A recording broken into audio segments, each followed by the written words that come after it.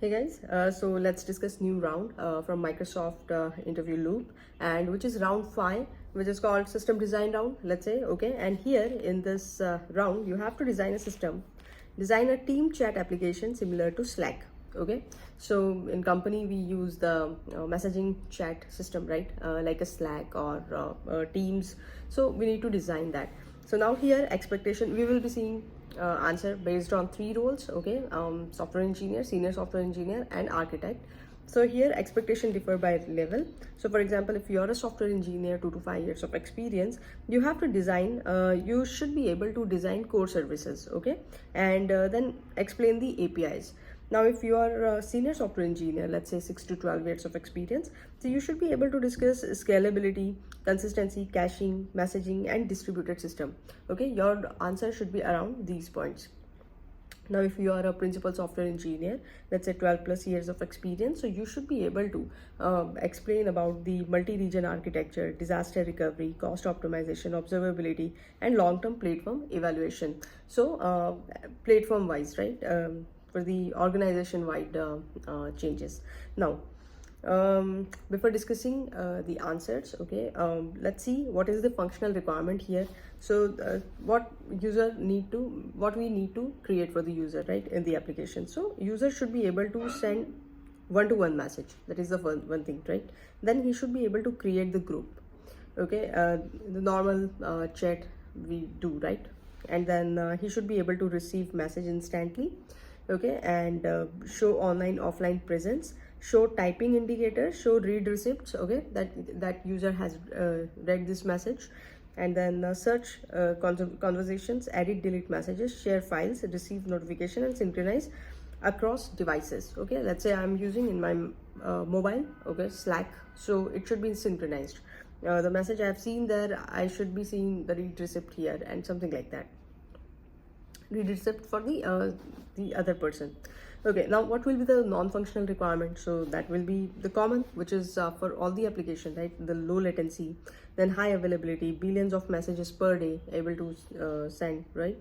And then multi-region deployment, end-to-end encryption, horizontal scaling, strong durability, and disaster recovery. Now let's see what software engineer 2 to 5 years of experience expected to answer, okay, for this question. So he will say that means the question is, how would you design that application? So he would be answering that I would build Teams chat using microservice architecture. Okay, he will be creating different services, and client maintains a persistent WebSocket connection with the backend for real-time communication. Now here one thing, whenever you will design WhatsApp designing system or this kind of Slack or Teams based designing system, one thing will always be common here, that you need a real-time communication, right? It should not like HTTP request and response first connection will establish and then you will able to send the request and then the response. No, the connection should be open, the connection should be continue. Okay, because this is the real-time messaging system. So here we will be using WebSocket instead of HTTP. So that one thing you should always mention. Okay, and then while serving handling messages, presence. Okay, so now what else you will create the services, right? So the first one is presence, also whether the user is online, offline, or away, right? And then notification service, search service, storage, you need to storage these all services independently because these are microservice architecture. Okay, now high level architecture, if you see here, so user can be use your application via mobile, web, or desktop, right? So the request will go to, the messages will go to load balancer. From there it will go to WebSocket gateway. I told you we will be using WebSocket here, and then from there it will route to different services, right? One service would be authentication service, let's say, then chat service, okay, present service, notification, search service, file service. Okay, the documents you're sending, so it will store on particular means you should have a file service there, okay, which will store your document on the object storage and then the metadata in database. After that it will go to Kafka because you can have a multiple messages, right, and we need to process those messages. So event streaming or messaging, and then from there it will go to database, okay, for the persistent storage. Now core API, if you talk about here, so you can have the post method slash messages which will retrieve all the messages, right, and then put request message per id. So for particular message id, okay, for particular message you can update the message, let's say, or delete the message, or get the presence of particular user, whether he's online or offline, or then slash typing, whether the user is typing or not, the indicator we see, right, while the other user is typing, that time slash typing. So that one is also one service.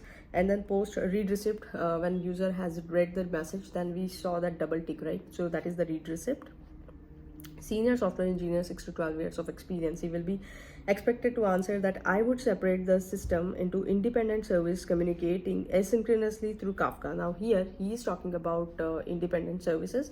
Software engineer also talk about that, okay, through microservices, but here he is saying asynchronous communication through Kafka, right? And each service is scaled independently, reducing coupling while supporting billions of messages. Now here we will be working with billions of messages. You need to have asynchronous communication, asynchronous processing. So again, the production architecture will be similar, okay? User will use your application through mobile or web or desktop, and then request will go to API gateway. From there, so API gateway will be handle your routing, authentication, request response handling, okay, these things. And then it will go to WebSocket gateway, which is the bidirectional communication management system, okay. From there, different services again, okay, we have already talked about this service. And from there it will go to Kafka event bus, asynchronous communication, right? And then from there it will go to either Cosmos DB, okay. Cosmos DB is globally distributed multi-model database, highly available, okay. So multi-region, this is the distributed database. And then Redis, okay, or blob storage. I told you that files, images, this kind of documents we will be storing in a blob storage, okay. Let's say AWS S3, and it's a metadata, file name, timestamp, and all those things will get stored into the database. This is the general thing we follow everywhere in the system design, okay, because you cannot store that larger object in a database. So it should get stored somewhere on cloud, and then its a path will get stored in the database, okay. Now design goal would be low latency, high throughput, okay. Then event driven architecture, independent scaling, fault isolation, and high availability. Now principal engineer or architect would expect to answer for this question is I would build team chat as a globally distributed collaboration platform. He is talking about globally distributed platform using event driven microservices, Cosmos DB for global distributed storage, okay. Cosmos DB we have used here for the global distributed storage, and then Redis for low latency caching, Kafka for asynchronous messaging, and Azure services for resilient and disaster recovery. We are giving here interview for Microsoft, so we will be using Azure services, okay, in our answer. Now enterprise architecture, if you see here, so first you will have a, because this is the globally distributed system, so you will have a global traffic manager first, okay. DNS based traffic routing you would be having there. So you will have a different region, let's say EU, US, APAC, and then from there it will go to regional API gateway, okay. And then from there it will go to WebSocket clusters, okay, not only one WebSocket but the cluster to reduce the bottleneck. From there it will go to different services, and then again Kafka event streaming, and then here the same thing, Cosmos DB, Redis, and then blob storage, and then Azure AI search also you will be using here. Right, now guiding principle will be here for from principal software engineer or architect is globally available, event driven communication, active deployment, cost efficiency, zero downtime, compliance, and observability, okay. Now let's discuss some follow-up questions here. So the first follow-up question is either you will use WebSocket or HTTP. So I described it earlier only, okay. Software engineer will say that HTTP is suitable for request response operations such as login, fetching chat history, okay, and WebSocket are preferred for real-time messaging because they maintain persistent bidirectional connection, reducing latency, okay. So we will be using both, but a few places we will be using WebSocket, few places we will be using HTTP. Now senior software engineer will say that HTTP for REST API he will be using, and WebSocket for live events he will be using. So for example, event APIs like login, history, upload, search, he will be going with the HTTP, but APIs like messaging, typing, okay, presence, read receipt, he will be going with WebSocket.